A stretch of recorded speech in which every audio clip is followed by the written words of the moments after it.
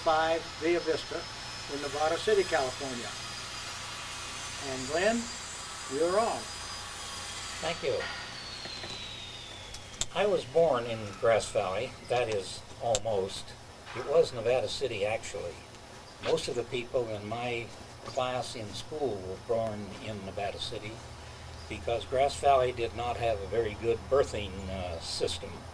They just had the Jones Memorial Hospital, which took up 3 floors, and nurses hated to work there. So most all the children being born were born in Nevada City. There was a sanitarium there, they called it, not a hospital, a sanitarium. It was where the new Nevada City Post Office is now. It was run by 2 women. I don't think they were nurses. They were more in the category of a midwife. Now, through the years that they were open, they had a remarkable record. There were 1,900 births in the sanitarium, and they never had 1 death. Now, I tell people that I was born in a sanitarium, and of course, most of my friends today still think I ought to be in one somewhere. But anyway, our family, my grandfather came from Camborne in England. My grandmother was born in Grass Valley in 1866 in a cabin that is now on part of the Empire Mine property.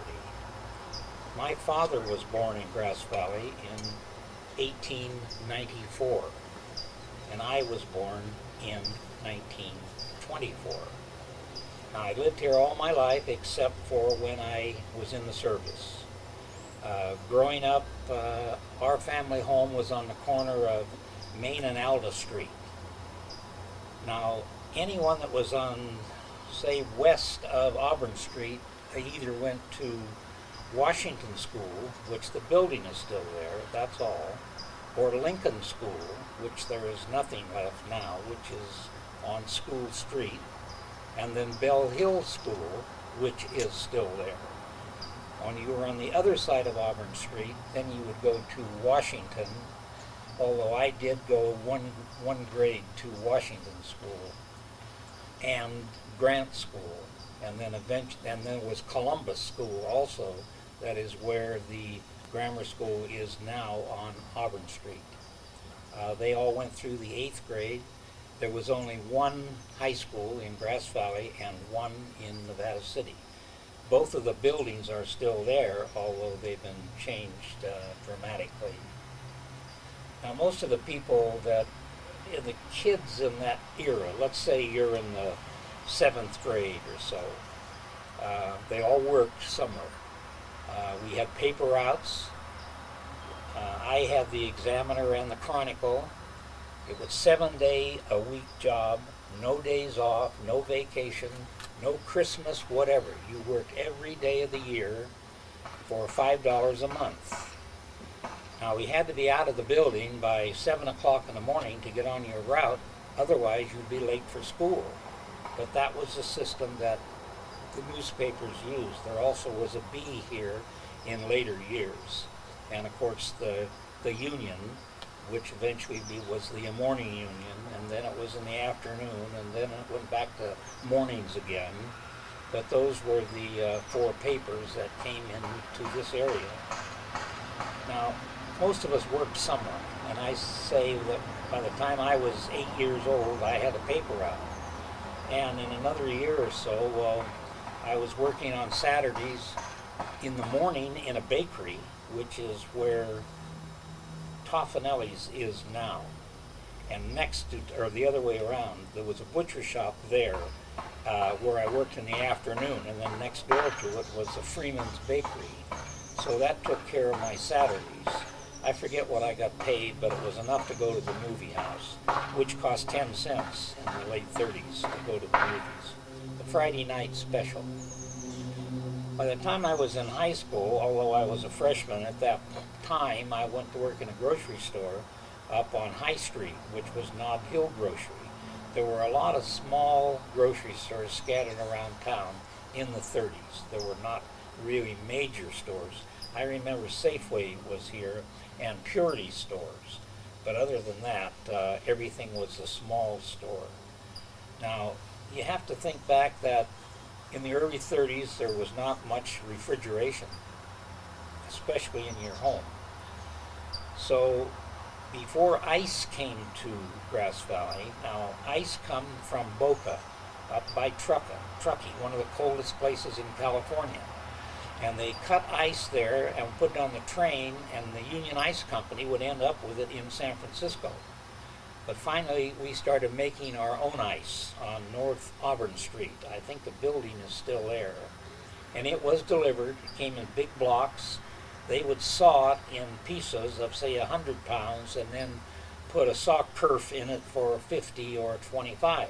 And they would just travel around all the streets. We had a little sign, if you wanted ice and the size you wanted, you hung it in your window, and they would see it. Now, vegetables were also delivered. We had Chinese. As you probably know, we had one of the largest Chinatowns in California. And at one time, only New York had a larger Chinatown than Grass Valley. They raised many of their own vegetables. Going out Colfax Avenue, there were no houses there, and of course no school property. Those were all vegetable gardens. And they also would deliver in like a pickup panel, a screen on the side of it. It was an ideal way to get food. You would just go out and kind of paw through what you wanted, and it went from there. They would have a scale, but that was about it.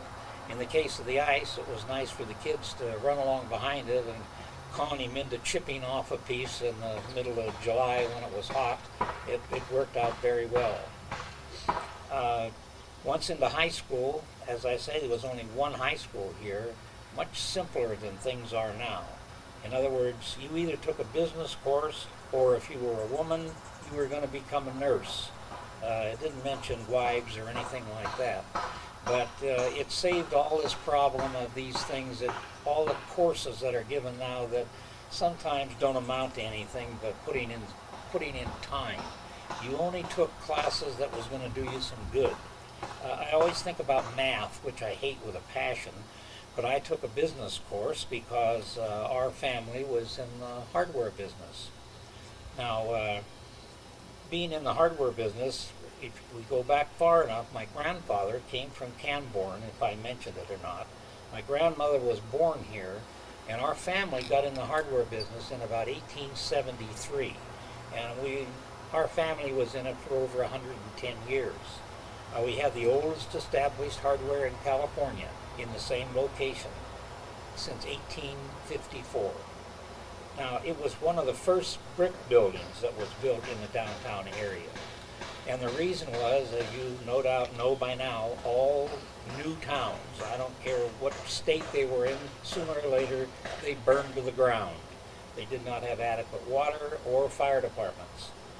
In Grass Valley's time, in 1855, the entire town burned down. There was not one building standing except for the Grass Valley Hardware, which was still being built larger, and the Oddfellows building. They were both brick buildings, 2 and 3 floors high, and they had a common wall. Now, the fire is quite important because you have to stop it. If you don't have a fire department, it's not going to stop by itself. So all the buildings that were being built then in the 50s had also steel shutters. They were on all the windows, and the doors, front and back. So when you closed the building down that night, you closed it up completely like a box. Well, many brick buildings still burned because the fire would go through the roof, come down through the roof. So in the case of the hardware, if you have an opportunity to go upstairs in it now, if they'll let you go in there, look at the rafters. They're all exposed. They're 3 inches by 14 inches, 2 of them stacked on top of each other. So we now have 28 inches of ceiling joists. Then on top of that, they put boards that were 1 inch thick and 8, 10, 12 inches wide, like now you had a floor. Then on top of that floor, they laid brick, just like you'd make a patio. They would just put one against the other, no mortar, absolutely as tight as they could get them. then a sheet of tin on top of that, and then some kind of aggregate. It could be sand and then pebbles, or they had tar and pebbles, which looks about like our macadam does now. But now you had a roof that was waterproof and fireproof. And from then on, many buildings were constructed basically like that when they found out that old towns, new and old, were going to burn, sides or from the top. Now, as time went by, I went out of high school, and the war was on, things were scarce. You could get out of school 6 months early if you would go to work in some defense situation, as long as you had the credits at Christmas. Well, almost all the guys and half of the women in school got out at Christmas time and then went back in June to get their diplomas. Of course, in our case, you got your diploma and your draft notice the same night. It kind of, when you had that group together, you might as well make it pay. We all went to work at Camp Beale. It was just Camp Beale then. Now if you mention Camp Beale to somebody in the Air Force, he about dies. But anyway, that's what it was referred to. We were all laborers naturally. When the footings that were dug and for the foundations was all done with a pick and shovel. There was no power equipment in 1942 that was used on a construction job. They'd line you up about 12 feet apart, would give you a pick and a shovel, and you were off. Well, we did that for several months, but I had a paper, I think it was called the Appeal Democrat or Marysville Democrat, something like that, a newspaper, and the headlines was 117 degrees is all it showed.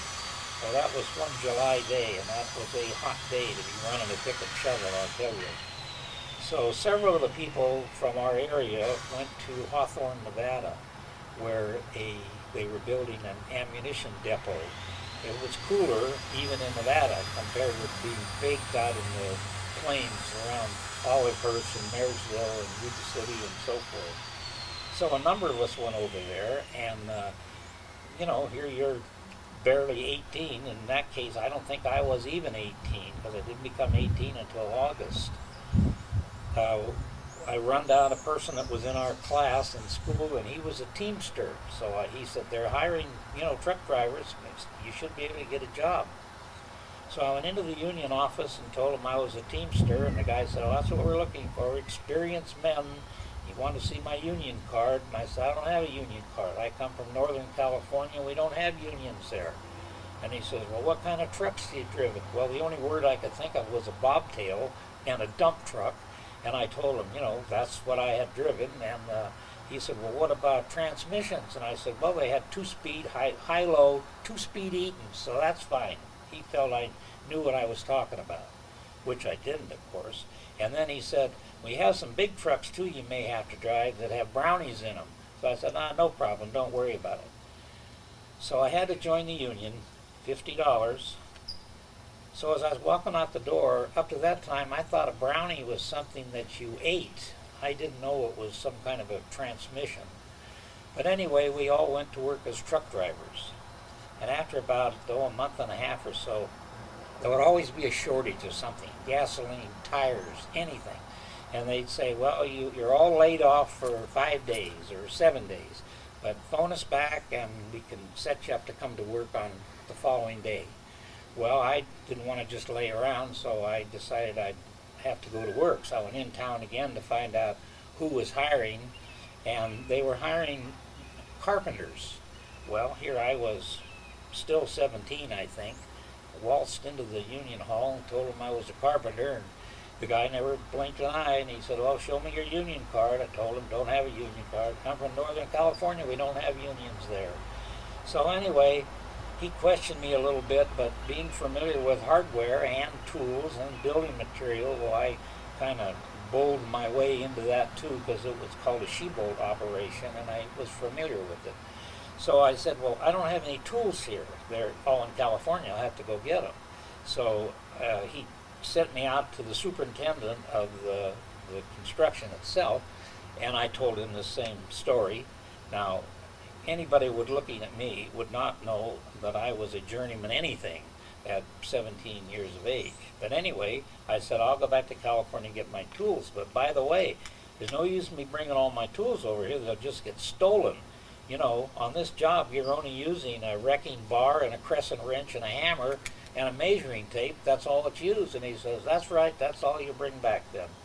So I came back to Grass Valley, and I went into J.C. Penney's, which was right across the street from the hardware in those days, and I bought the last pair of carpenter's overalls. You know, they were always white, had all these pockets in them and bands on them to hang stuff. I had no idea what it was for, but anyway, I got out in my backyard in the red dirt, and I rubbed the pants and the knees. At least it looked like I wore the dumb things on a job someplace. Toted them back over to Nevada and run this guy down, and he says, well, I really need you on a pipeline. And he asked me a question about something, and I said I was familiar with it because here again, in the hardware in high school, I would run the pipe machines and thread pipe and sell fitting, so I knew enough that I could convince him at least I'd seen what a pipe fitting looked like. So we went to work on this job, just three of us, and what it was, you supplied water to the old type of mixers, cement mixers, where you dumped everything into a big tray in front of it, and then cables hoisted the tray up, and the aggregate slid into the drum, but you had to have water there. So we would work, or we would get paid for 12, 13, 14 hours a day, because the last thing at night you disconnected everything and had to drain all the water out of it. So it was one of those deals. We'd work for an hour and a half and then hide for 10 or 11 hours and then work for another hour. So it was good duty for a while. Then I think they ran out of cement. And I was waiting for a call to win the Navy, but I didn't want to just stay there doing nothing, so I'm back into town, and that day they were hiring glaziers. So I thought, well, today I guess I'll be a glazier. So I went up to the business agent and told him I was a glazier and so forth, and well, where's your union card? I don't have a union card. I'm in Northern California. We don't have unions in Northern California. So anyway, he, $50, that got me a card, so now I'm a glazier. So it was glass block, and I had cut glass in the hardware. We sold glass, so I knew something about it. Not much, but something. So I worked for them for I don't know how long, 5, 6, 7 weeks, and then they ran out of something, either glass or mortar, something. Well, we'll have to lay you off for about a week. Well, I didn't want to be laid off for a week, so the next day I went back to town and went under the unions were all in a group there, and they were hiring cement finishers. So I thought, well, I guess today I'll be a cement finisher. And from working in the hardware, I recognized tools that were used in cement finishing. So I went up to get this job, told them I was a cement finisher. Well, where'd you work? Well, I work in Northern California. No, I'm not in the union. I have to pay another $50, but there's where I was. So I became the cement finisher, but we worked at night from about 10 o'clock at night until maybe 6 o'clock in the morning, because they wanted these floors to be as smooth as glass. There's no way that they could have sparks or anything, because it was a storing of ammunition. So everything was high polish. And in those days, they didn't have the big 48-inch fans like they use now. You did it by hand. So you're down on your hands and knees, and your feet are on a little board of your toes, and you just trowel and trowel by the hour, just polishing this. So I did that for about 12 days, and then I didn't think I'd be able to stand if I ever got down on my knees again. And it would be cold in the morning, which didn't help things at all. So I finally told the guy, I said, I can't do this. I'll never get my legs straightened out again. So it was getting now in the fall of the year, and a bunch of them were going to go home for Christmas. So I thought, well, I'll go home with you guys. So we went home. Coming up to the summit, we had chains, and gas was rationed. So every day we'd get a quart of gas out of somebody's tractor or whatever was there, so we had enough gas to get home for Christmas. And we got about 100 yards to the top of the hill. And if you remember, there used to be the highway maintenance station, a big corrugated iron building was right at the top of the hill. Well, we got about 100 yards from it. The wheels started to spin. The car wouldn't go forward. So the 5 of us got out of the car and started pushing. So we pushed it and we finally got it moving, and then it would go about 1 mile an hour faster than we could crawl to keep up with it because the wind was really howling. So he got up to the top of the hill and waited for us, and the 5 of us then crawled the last 100 yards up to the summit. So that's the last time I wanted to go over the summit on my hands and knees, I'll tell you. So we came home for Christmas, and here again I checked with the Navy, and they said, well, it may be a month before we can call you now. But, you know, the people were going in the military so fast they didn't have any place to send them, and they were also building, you know, places like Beale and for the Navy all over. I went to Farragut, which was in Idaho. But some of my friends in my class have been working in the shipyards, so I thought, well, I ought to go down and see what's in the shipyard. So I went down there, and we fooled around for a couple days, and I got a room out by the college in Berkeley. So I was coming home from out carousing one night about 11 o'clock and got down to the end of the line, and there was only one person on the streetcar with his little aluminum tin hat on and his little bucket and so forth. So I said, what do you do? And he says, well, I'm a machine rigger. And I said, what in the world's a machine rigger? So he says, well, you know, we lower the pumps down onto the platform and bring the shaft alleys in, go into the propellers, and we run shafts between the pumps. And he says, it's not hard work because we have hydraulic hoists to do it, and chain falls and rope falls and so forth. So the next day I waltzed down to Berkeley and found the machine riggers union. So I went in, and the guy looked at me and said, you want a job? And I said, yeah, I'm a machine rigger. And he says, well, boy, we're sure looking for machine riggers. Now, that's for sure. I, well, I'm your man. Now I'm 18, barely. So he says, where's your union card? And I said, I don't have a union card. I'm from Northern California. We don't have it. So he says, well, where'd you work in Northern California? I said, well, I just came off of Shasta Dam. Now, they were building Shasta Dam, but they sure as heck didn't have any equipment in there. They barely had cement down on the bottom. Well, what did you do? Well, we're lowering the pumps in and rigging them up on the platform and getting them ready for the machinist.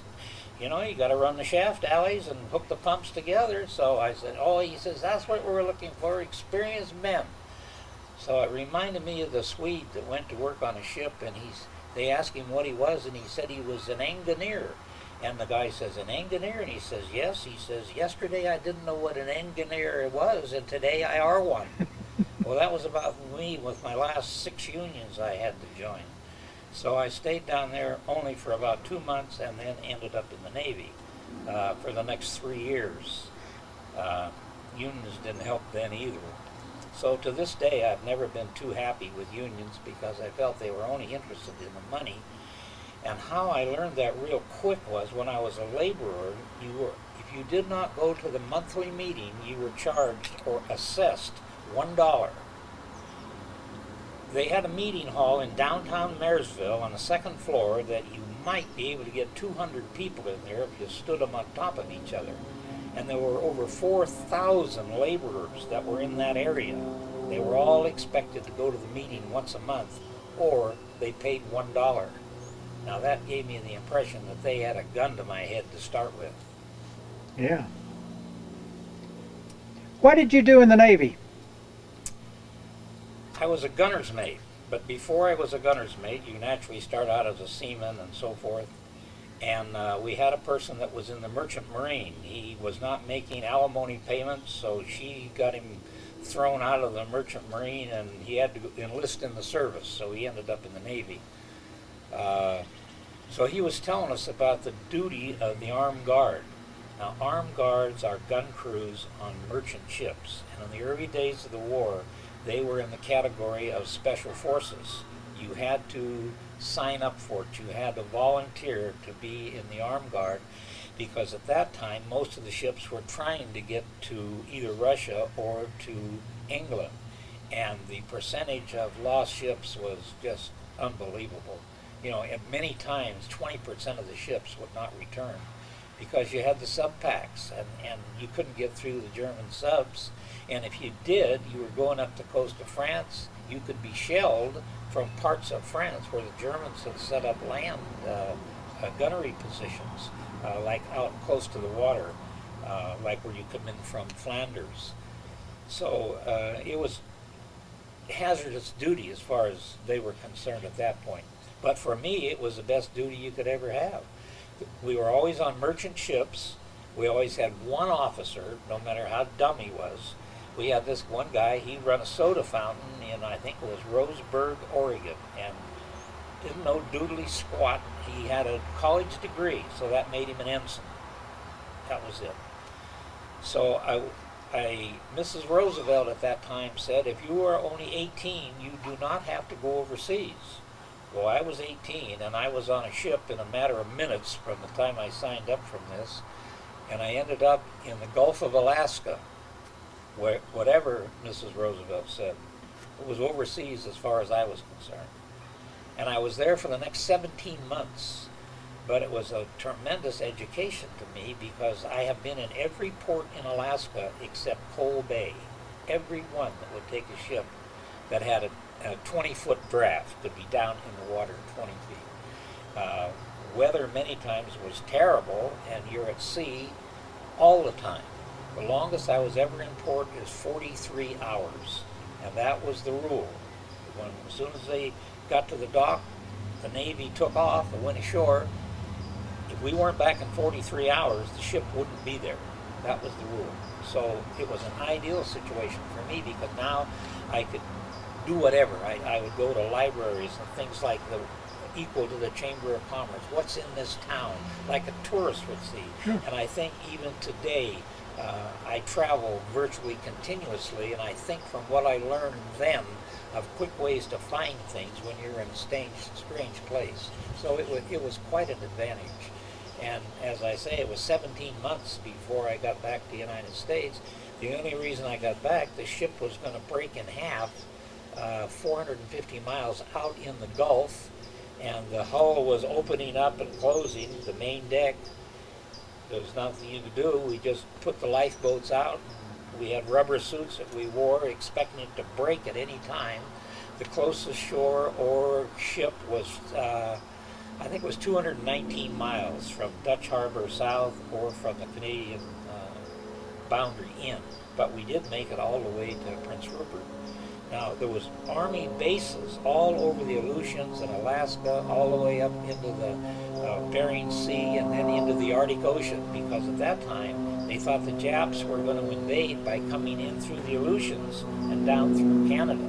So what we would do, we would just go from base to base continuously until we were empty. Then we'd go back to Prince Rupert, which was our home port, to be outfitted again, and then we would be gone. Then usually we would be there 3 days. That was the only time we broke the 43-hour rule. So after the 17 months and our ship was about to break, we were in the inside passage, so they let us come down through the archipelago and go into Seattle, where they put it in dry dock. And then the 7 of us got 7-day leaves, 2 at a time, because we still had ammunition and all the guns were still aboard ship, so they had to have somebody on there. But it was an interesting tour. Of course, I have a great time now when I get with people on a ship and they're going up to Alaska and they say, you know, I've been up the inside passage twice and maybe 3 times. Have you been up there? Yes, I've been up there, and I try to stop right there. But if they keep pushing me, I always say, well, I'm never quite sure. It was either 27 or 29 times I've been up and down the passage. Well, that closes that conversation for sure. Let me ask you a question about, you know, the 30-foot Pelton wheel down in your North Star Museum? Did you say that you had ridden that all the way around at one time? You see what happened? The Benalik family, which is one of the pioneer families in this area, Iris Benalik was in our class in school in '42. Well, her father is who ran the Pelton wheel. And the Pelton wheel was there because mines were being operated by steam. And even the North Star mine, to operate it for 1 day, you would burn 20 cord of wood making steam. Now, I can heat my house all winter long on about 3 cord of wood, all winter. They were burning 20 a day. We have pictures where there's not a tree standing as far as you can see. And in the early days, a farmer from here to Colfax, if he was clearing property, he would cut the wood in 8 foot lengths and then drag them down to the railroad where their gauge went by, and they would pick one day a month where they'd run special trains just to pick up the wood to use for timbering in the mines. They'd even pick up all the slash because that's what they were going to burn to make steam. So they decided to convert everything to air. You realize that you can run a train on air if you have an unlimited supply. You can replace steam by turning off one valve and turning on the other. So the Pelton wheel had two large compressors. They were about 30 feet long, and it would be looking like the side of a locomotive when you see these big pistons going.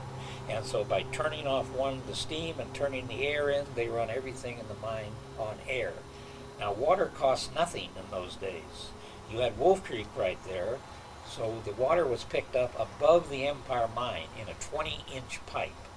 Now, 20 inches of water is a lot of water when it drops 700 feet to get to a Pelton wheel. Now, Pelton wheels were the most efficient of all the water wheels. In fact, they run a test once at the Idaho, Maryland, because people wanted to convert away from steam. If they had a water supply, they could run the same equipment for nothing.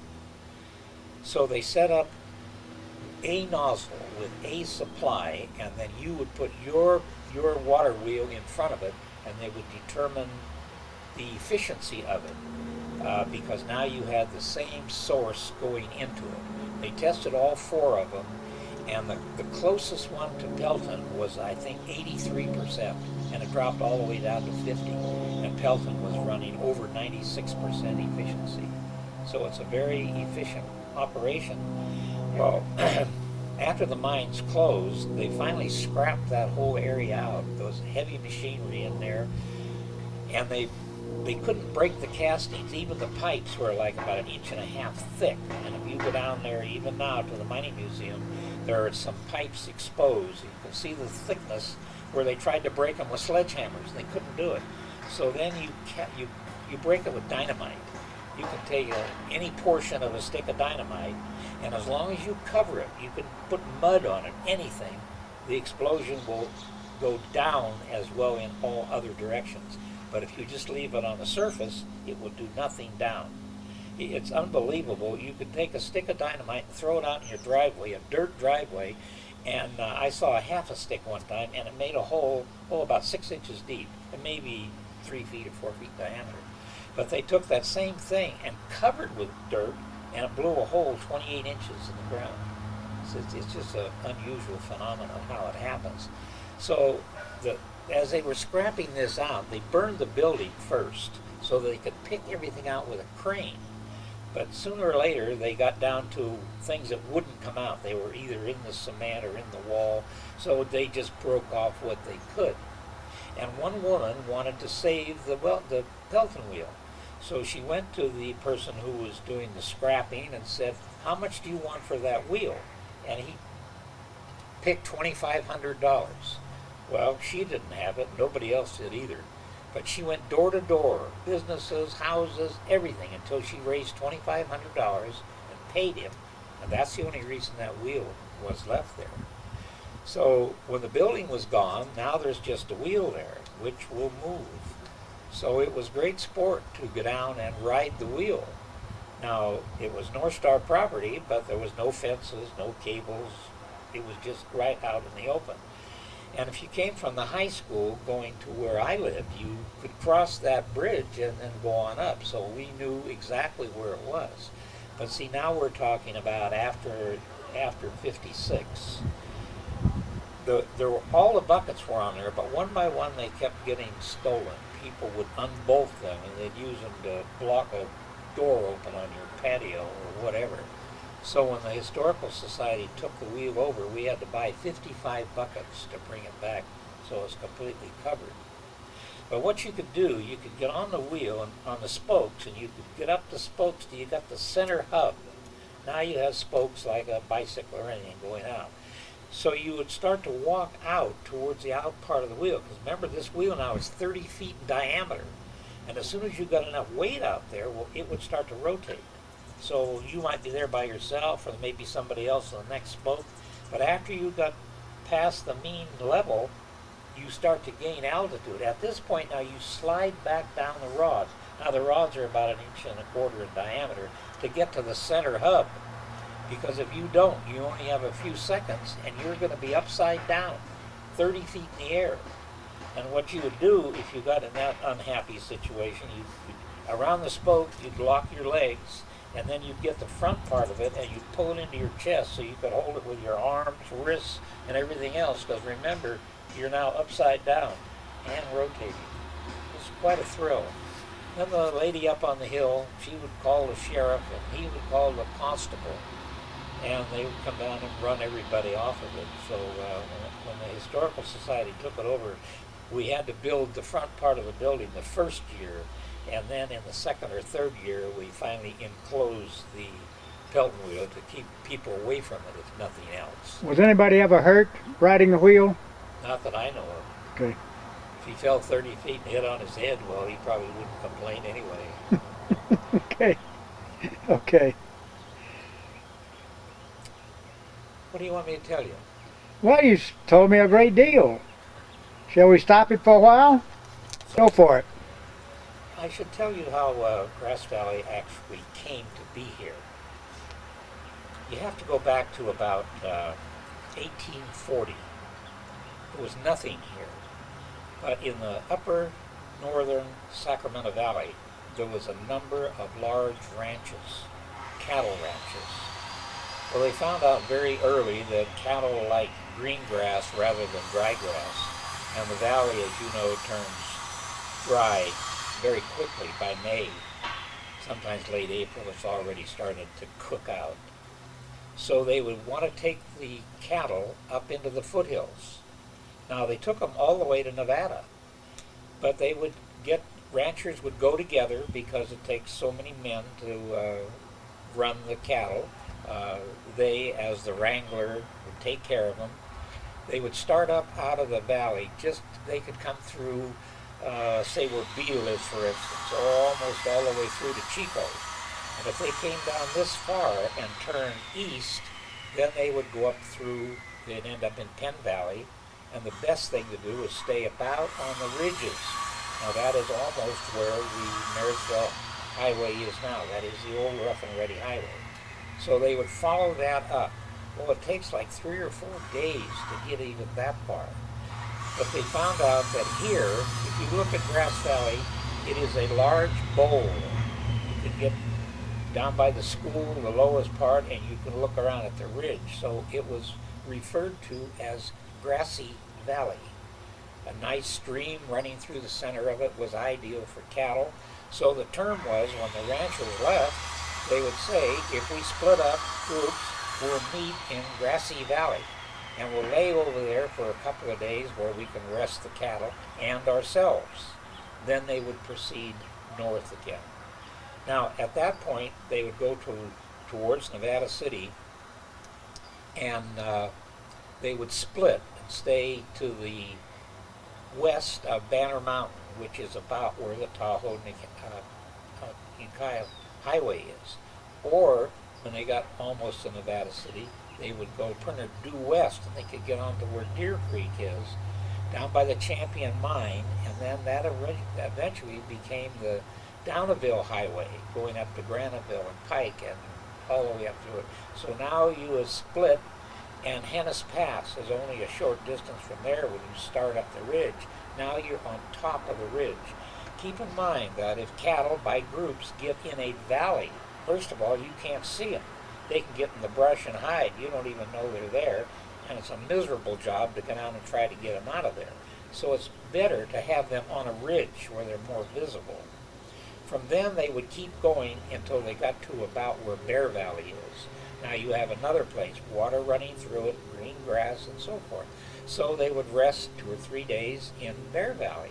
Now they have a chance to split again. If you go to the west, you would be going up where you'd have Spalding and Bowman and Milton and Carpenter and Sardine. There's all kinds of lakes going up through there. A lot of them weren't dammed, or most of them, of course, weren't dammed at that point, but you had running water. Now, if you stayed to the east, you would go up about where Highway 80 is, and you'd follow it till you got to the top where the summit would be.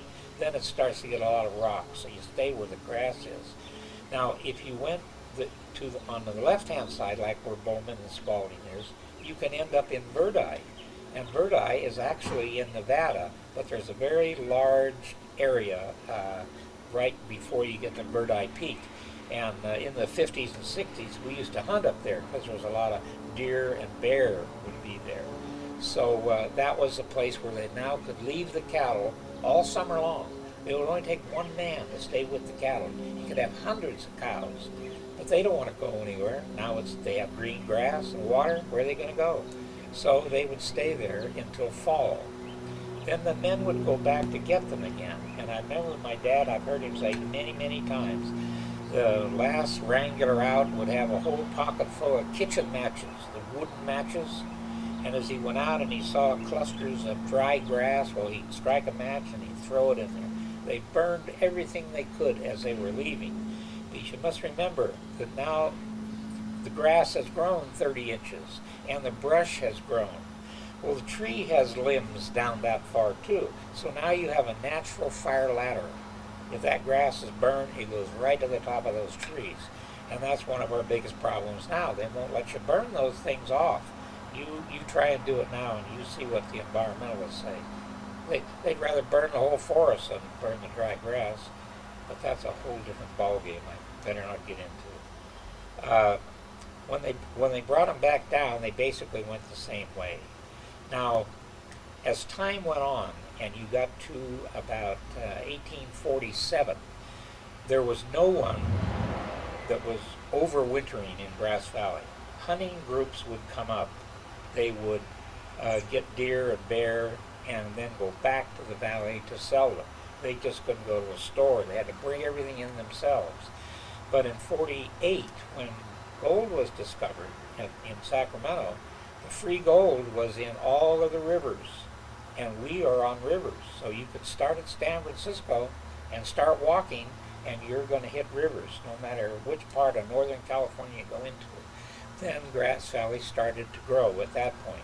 So did Nevada City and Smartsville. As a matter of fact, Nevada City and Smartsville both had post offices. So they referred to Grass Valley. It was then called Centerville. And it was called Centerville for at least 2 years.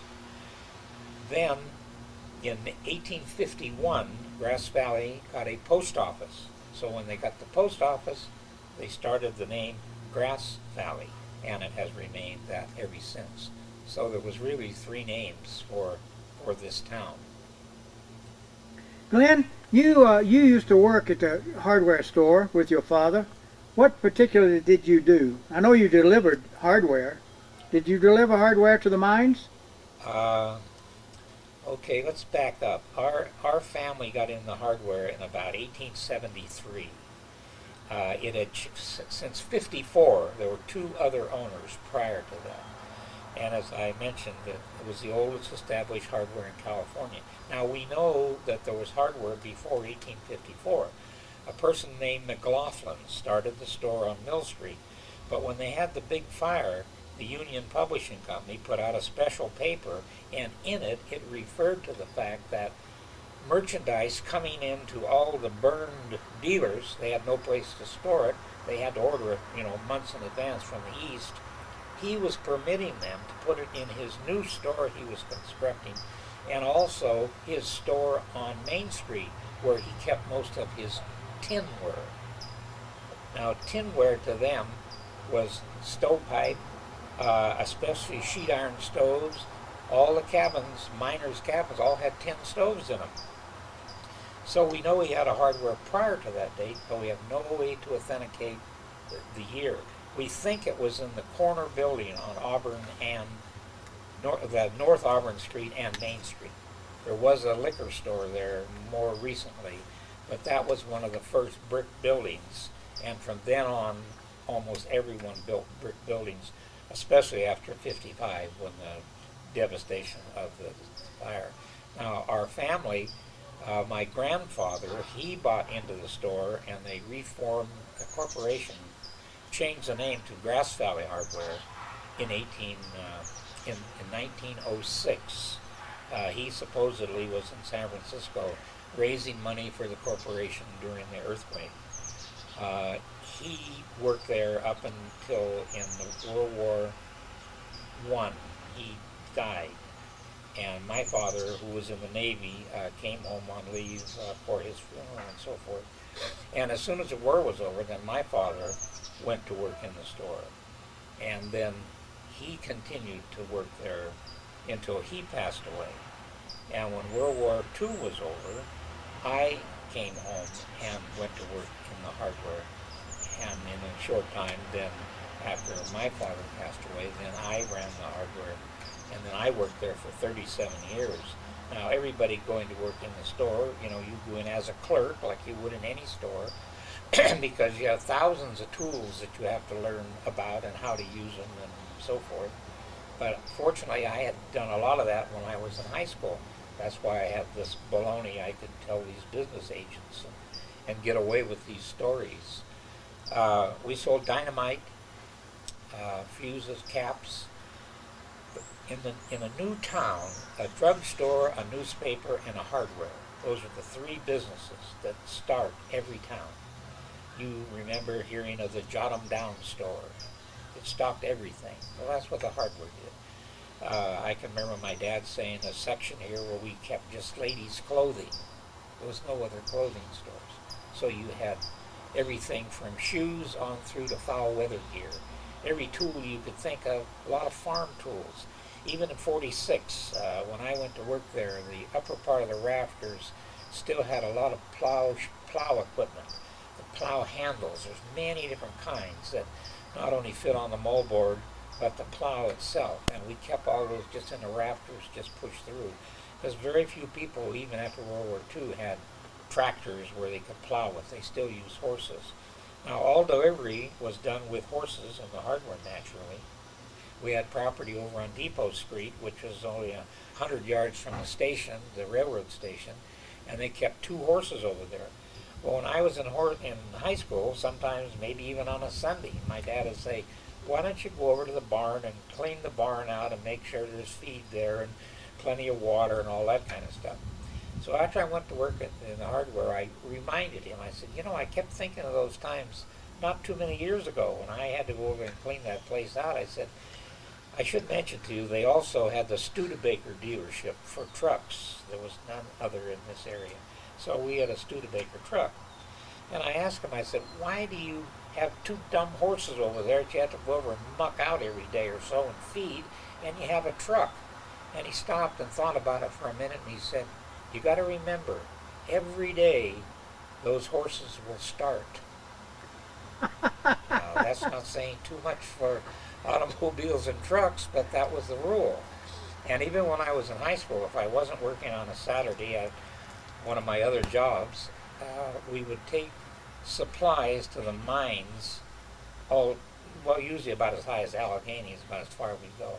We could take about 5 ton of powder on a 2-ton truck. We had a flatbed truck.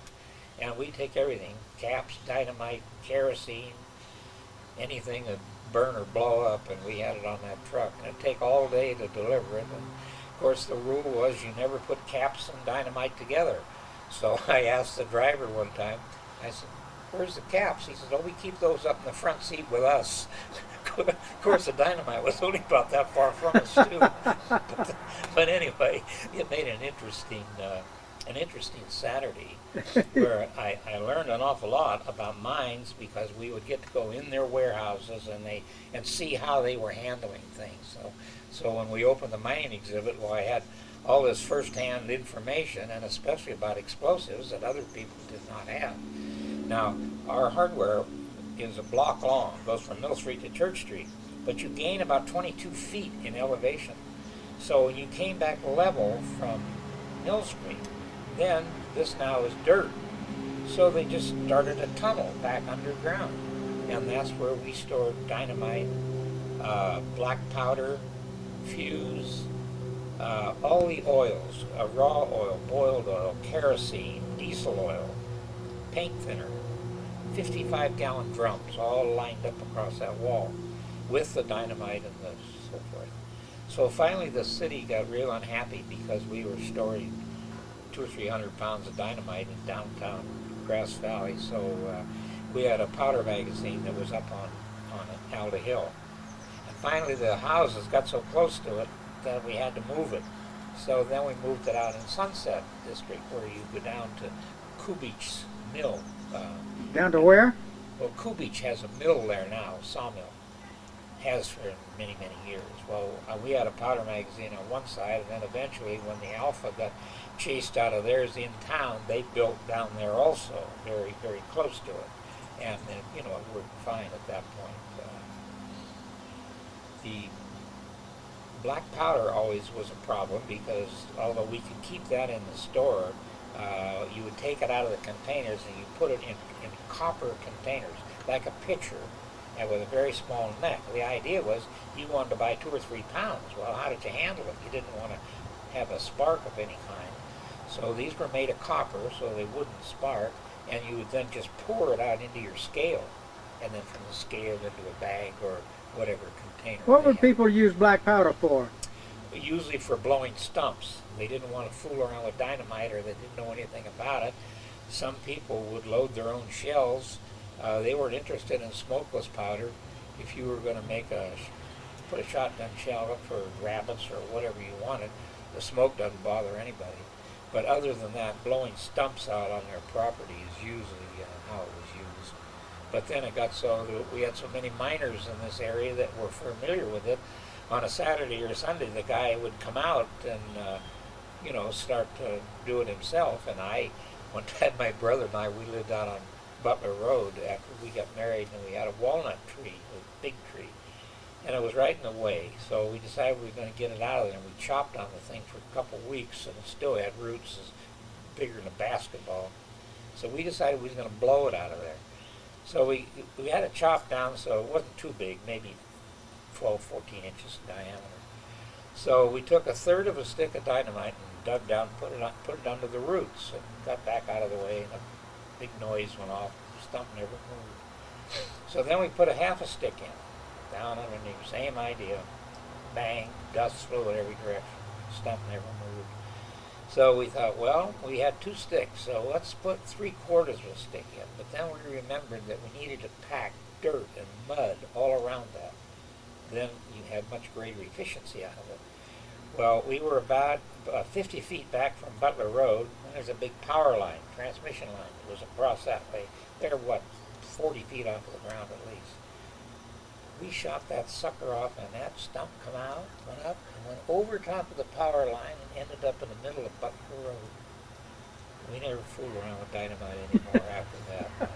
I was never so surprised in all my life. Just looked like a bird flying as we looked through the air. Oh, Lord. We also sold groceries in the hardware store. It was a common thing. Canned goods, of course, were popular even through the 30s, as I remember.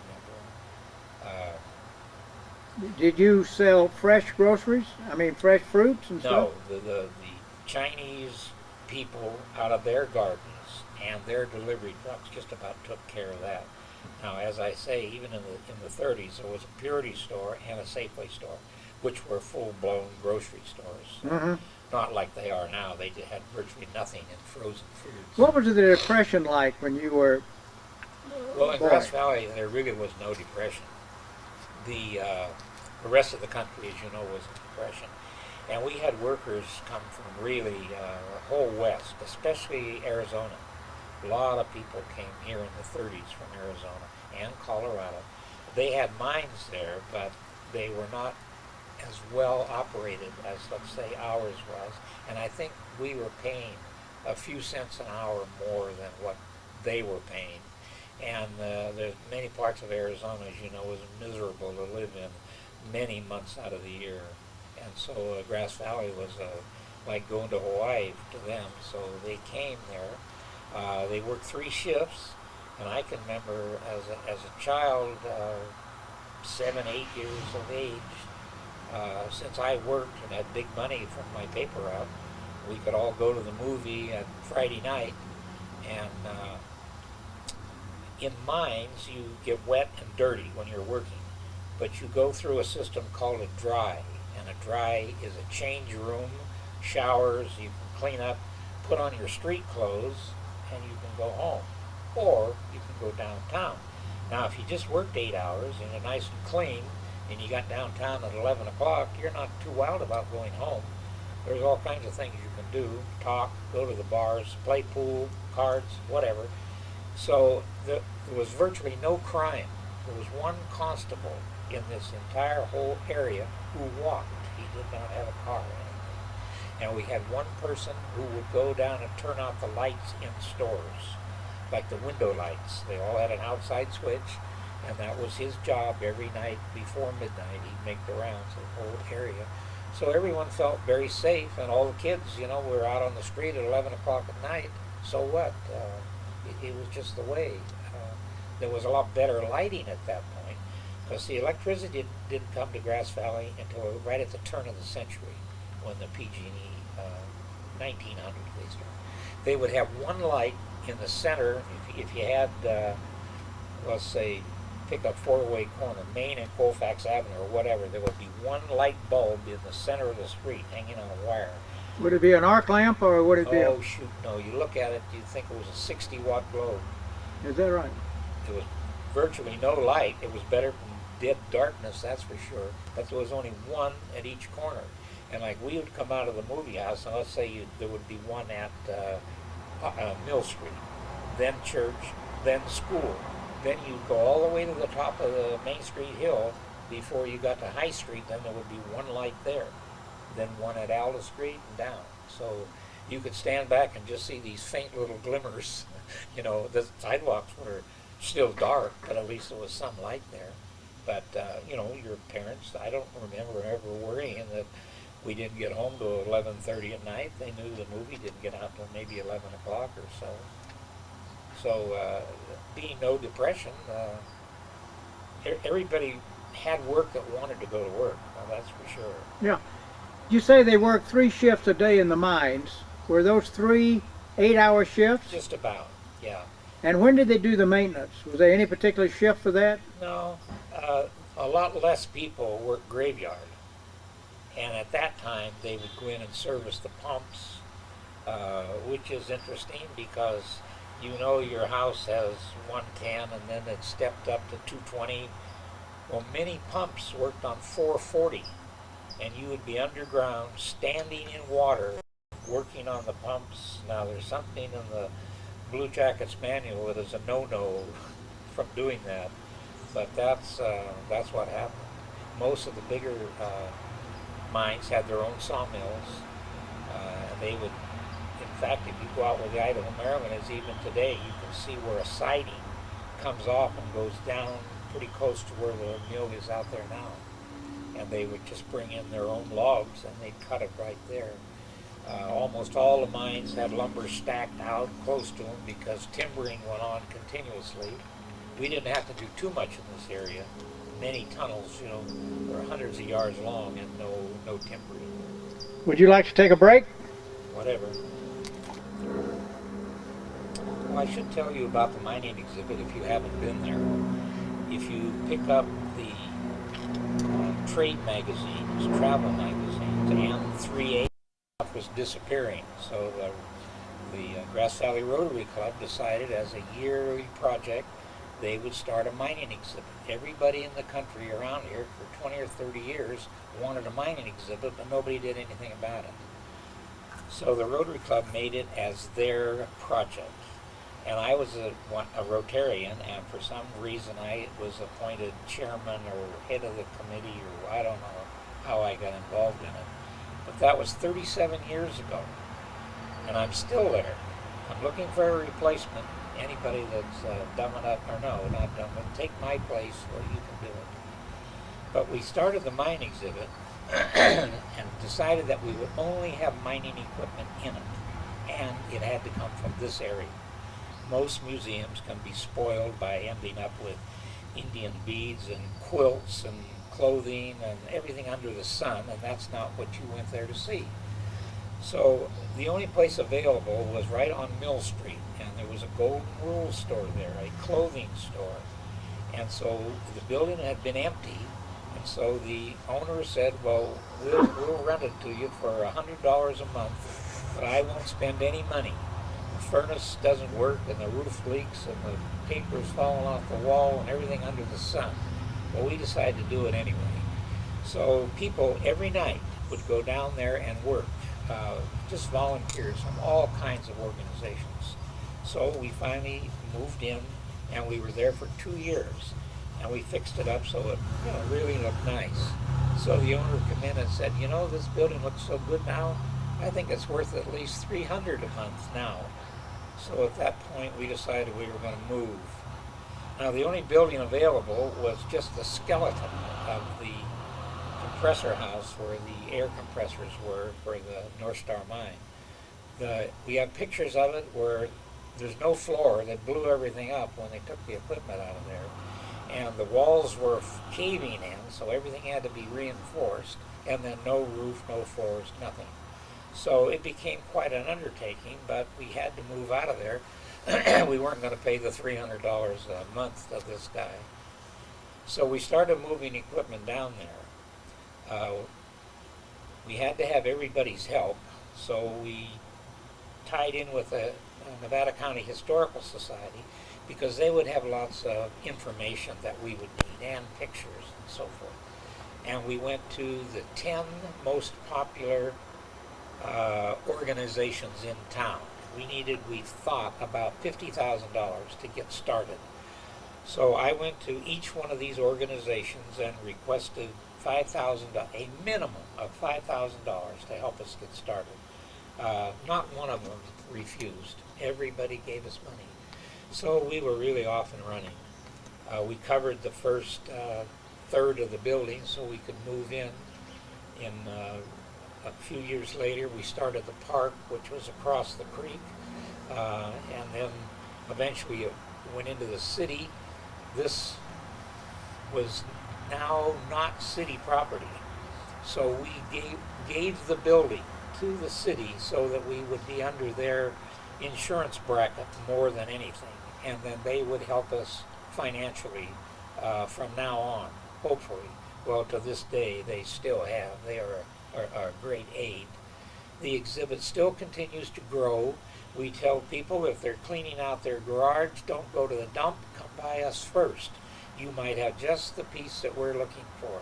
And sometimes we'll go down there and the door will have junk piled all over the front of it rather than them take it out to the dump. But we would still rather go through it. Sometimes you'll find just the item that you're looking for. Everything down there is connected to a mine somewhere. So historically, it's quite an education. We have thousands of school children that go through there every year, and they're usually really amazed at what they can see. And most adults by this era have forgotten all about mines. They remember like me, their fathers or grandfathers or somebody worked in the mine, but they don't know anything about it. So there is people there every day who will hold you going through the exhibit and answer any question that you have, and they're quite intelligent. They've been doing it for quite a while. And as I say, I have been the director of it for 36 or 37 years, which seems to be an awful long time when I look at it now.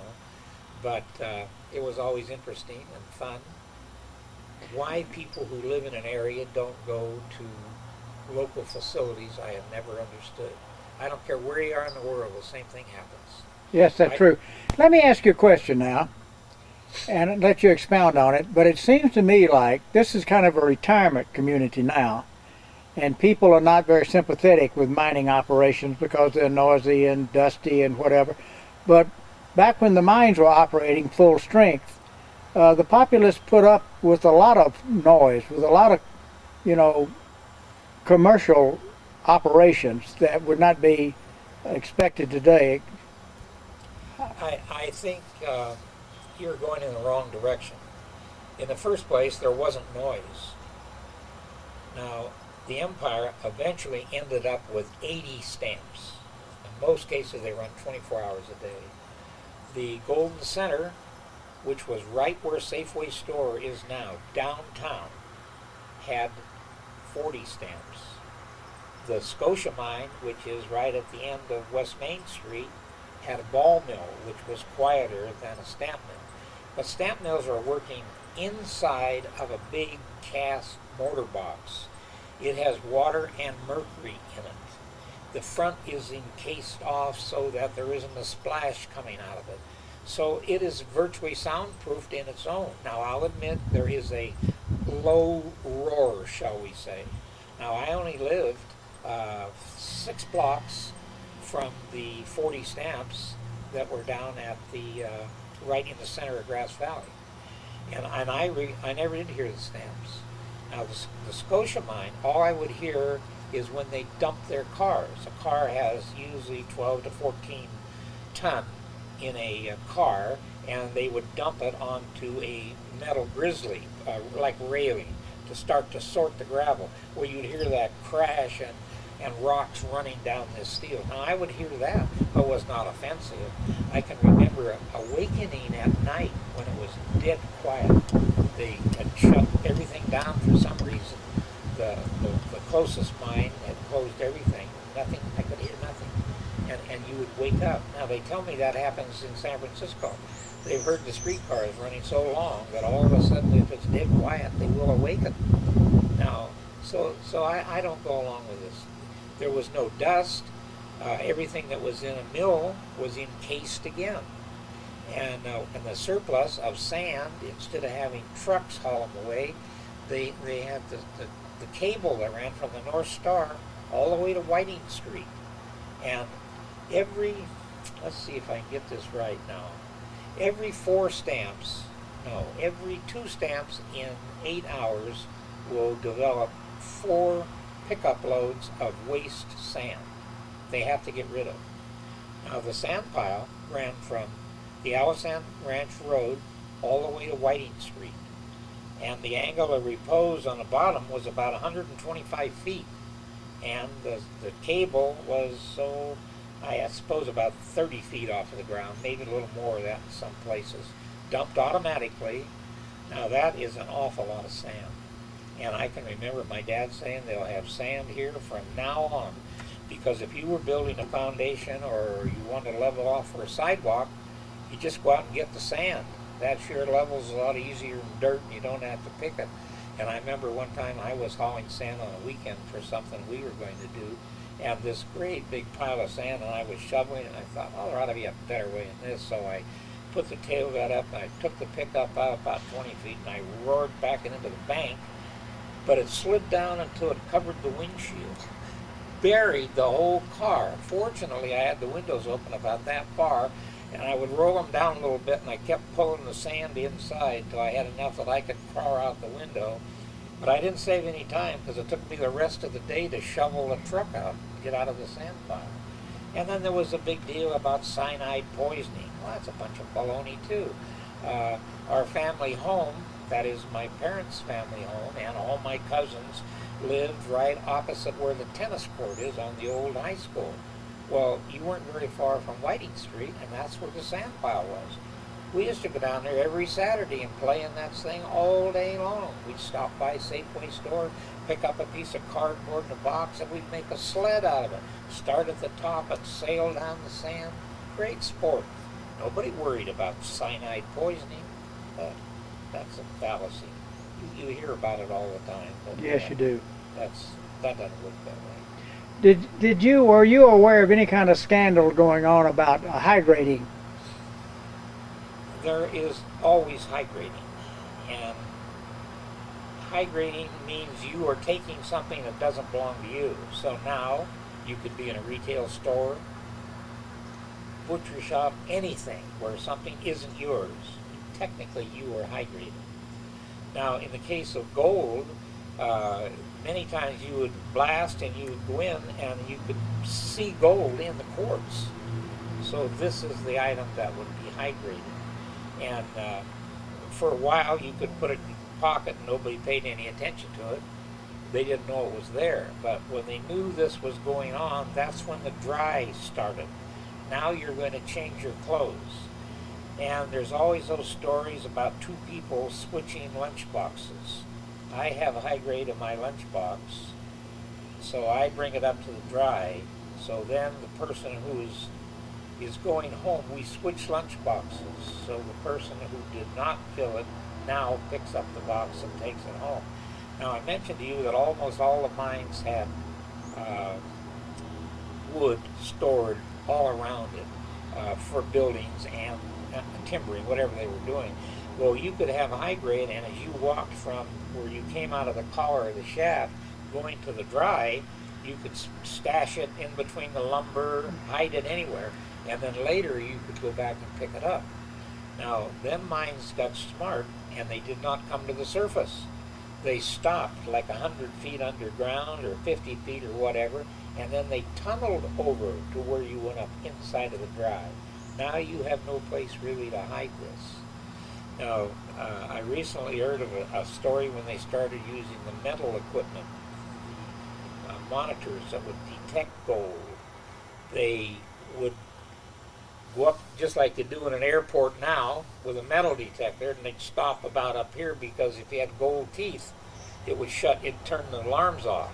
So they'd stop about the neck, and then they would go down. Well, they did this for quite a while.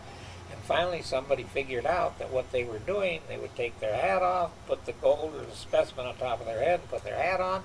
Nobody found it because they stopped the metal detectors at their neck. So no matter what you do, there's always somebody trying to beat you out of it. Oh, sure. But high grading, no doubt, always went on. And, Prince Albert was a tobacco can. Well, that was a common thing you could do. You could dump like half of the tobacco out in your hand and put a few choice pieces of gold in the tin and then fill it back up with tobacco. And there's a good chance nobody'd ever find it or ever see it. And one day at our home, I was working under the house, fixing some underpinning of some kind, and laying on my back, and I looked up, and here on the sub-floor choice was a tin of Prince Albert can. So I thought, now if there ever was high grade, that's where they would hide it, in this garage. I thought, maybe I'll luck out here. So I picked it up, and I slid it off, and there wasn't much any weight to it. And I opened it up, and the only thing in it was a dead earwig. So much for my wealth from high grading. All right. I should mention winters in the Grass Valley area. All the recent arrivals have no idea what it could have been here. You have to go back. I can only think of the times in the early 30s. Several times we've had like 4 feet of snow on the ground at one time. But the thing is, there was no way to get rid of it. There was no big front load dump loaders where you could pick up 2 yards or 4 yards at a time and put it in something and haul it away. There was no motor graders. The city eventually got a grader, but it was pulled first by trucks. So if you had 3 feet of snow or 4 feet, you couldn't do anything with it. So it just stayed there. But it was great if you were only 8 or 9 years old, no school, no businesses were open. Main Street was not a state highway then, it belonged to the city. So it was a perfect place to sleigh ride. You did have a few lights, you could go out all night if you wanted to. Now once Caltrans took it over, well then they no longer would let you just shut it down. So we moved over on Richardson Street. Now that was better yet. It was the same elevation, but when you came to a street, it would flatten out and it would go for maybe 40 or 50 feet. And then it would turn over and you'd start down to the next block. Well, this was like going off of a ski jump. When you hit that with a sled, remember now you're going 35 or 40 miles an hour. You would take off when you hit that and then you bang down, and you could go all the way down Richardson Street, go to Washington Street, turn to the right, and go down and cross Main Street. And at that point, the Diamond Match Lumber Company was there. And they had a great big door so they could bring in their big trucks, an alleyway where they could unload lumber and so forth. Well, we would get permission from the manager of the lumber company, then he would make sure that nobody would be out there. There was no traffic. and we'd come screaming across Main Street and go through his front door. Then it was dirt for about, well, all the way to Wolf Creek, which was, what, 50 yards? Quite a ways, 40 yards. But now you cleaned your runners. You polished the runners on the dirt as you went through, slowing down. Then you drag it all the way back up on top of Main Street Hill again, or Richardson Street. One of the Blakes had a toboggan, and it would hold 20 people. So you can imagine how long that thing was. Well, at least 25 feet long. Well, it was a great chore going down the hill, but to pull a toboggan that big all the way to the top of Main Street Hill, that didn't work too well. But even in later years, we had a real heavy snow, 51, I'd say about 1955, and it broke all the wires down. And in those days, the PG&E did not have a way to circle wires. Like, I lived on the end of Butler Road. I was 4 houses outside of city limits. We had no power for 5 days. But 3 houses in, they had power. And the reason was the power went all the way to Penn Valley. Well, any place those lines broke, they'd shut the whole system off right because it left the city limits. And they'd keep repairing it, but they'd get down maybe a mile, and then it would break behind them because the snow was so heavy. And I would go to work in the morning, and I remember that all of Church Street was completely covered with PG&E utility trucks. They brought them from all over Northern California. I think one day we counted 53 or 56 big line trucks, just all the whole downtown area, because there was so many broken wires all over the area. And in later years too, 51, 53, 54 or so, we had 48 inches of snow. I took a metal tape and pushed it down to hit my driveway, then went inside of the garage and then took a picture out of it so you could see the 48 inches. So we have had heavy snow here. But in later years, when they became the power loaders, that helped because they could put them in trucks, even if they only had one path going down Mill Street, and they would dump it in Wolf Creek. Now you have a way to get rid of the snow. You know, if you go to a parking lot now, they keep bunching it up in big piles. Sooner or later, you can't move anyway because you have just big piles of snow. But that was an ideal way to get rid of it. And I can remember in '33, we went ice skating on Lake Olympia. It stayed cold, you know, a number of days, and the lake froze over. And we made our own skates. There was a person named Ken Adams who was right down below us.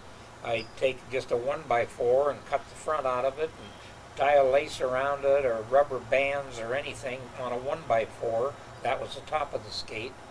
And being in the hardware store, well, we had jazzy ones because they had a product called linoleum binding. Years ago, when 2 pieces of linoleum come together, they had a binding that was about, well, a little over 3/4 of an inch wide, 2 nails about every 4 inches. So we would cut that off. We'd have our dad bring it home, and we would nail that, and that now became a metal runner on that ice skate. So you could really fly on those. You couldn't make a sharp corner. You'd start to turn, and then you'd slide sideways. But anyway, you were ice skating. That made it really interesting. Did the bad weather and the snow ever incapacitate people, make things dangerous? Well, I wouldn't say dangerous because you just couldn't move. There was no traffic. You know, you either walked or you didn't go anywhere.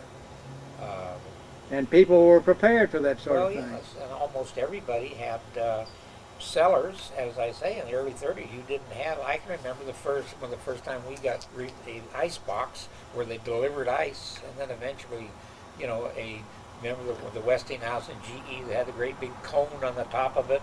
Every once in a while you'll see them in an old movie. Yeah. That was the first ones that were What did you pay for delivered ice? Do you have any idea? No idea. I didn't pay for it, so I have no idea. Do you know how much money did miners make? Do you know that? I was afraid you were going to ask me that. We have checks down there, and it was a really weird number, like $9.79 a shift, $9. So you were making a little over $1 an hour at that time, underground. and we have stacks of What them. year would that be? Well, I'm saying sometime during the 30s, during the Depression. Well, for goodness sakes! Now, my understanding is that the miners were making $3 a day, and right up to the Second World War, they got up to $4.50 a day. Well, it's possible, but I was going to say I used to keep some books of checks that we had here that you can only display so many of them, and we have a book down the mine exhibit open, and it'll say carpenter or whatever. Now the salary did go up, that's true, but I think after when the gold standard changed, few people realize that the price of gold stayed the same all around the world for 200 years. It was about $20 an ounce. And when they went off the gold standard in the United States, Roosevelt brought that on. Gold went to $34 an ounce, or 32 or $34 an ounce from $20. And salaries did increase then. I can remember checks like $78 for the week or $69 for the week. So that gets closer to what you're talking about. But I'm sure all that happened after 34. Okay.